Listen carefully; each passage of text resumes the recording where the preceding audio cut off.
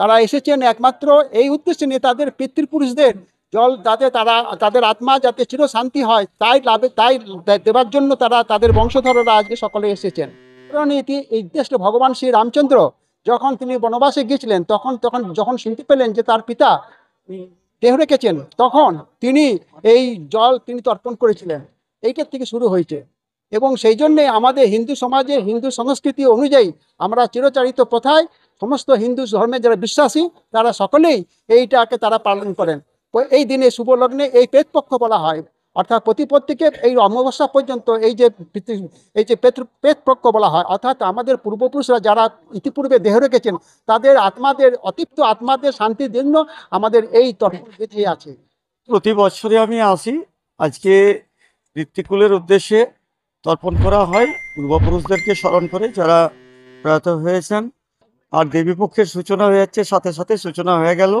সেই জন্য মায়ের যে আগমনী বার্তা, সে আগমনী বার্তাকে কেন্দ্র করে আর পিতৃপুরুষের যে গমন হচ্ছে, মায়ের আগমন হচ্ছে, তার এই শুভ সূচনা আজ থেকেই শুরু হয়ে গেল।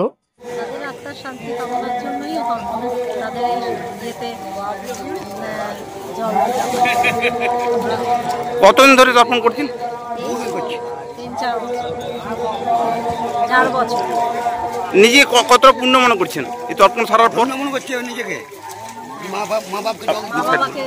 আমাদের যে মানে পিতৃপুরুষদের জল দিয়ে তো পূর্ণ মনে হচ্ছে এটা তো একটা ভালো কাজ করছে। আপনার নাম? মধুমিতা দাস শর্মা। কোথেকে আসছেন? Bus stand. বাবা মায়ের উদ্দেশ্যে কিছু শুভ পূর্বপুরুষদের যে দান করতে হয়, পিণ্ডদানের মতনই একটা কাজ, শুভ কাজ। সেই হিসাবে প্রতি বছরই আসতে হয়, যতদিন বাবা মা মারা গেছে। আজকেও এসেছি। মোটামুটি 20-22 বছর এরকম আসছি। পুণ্যবান তো নিজের কিছু নয়, তো সব তো উপরওয়ালার দিয়া। এটা পুণ্যবানের কিছু নয়, যেটা মনে করা হয় সেইটাই পুণ্য, বলে কোনো কিছু হয় না। এটা প্রত্যেক মানুষেরই করা উচিত, যাদের পূর্বপুরুষদের এবং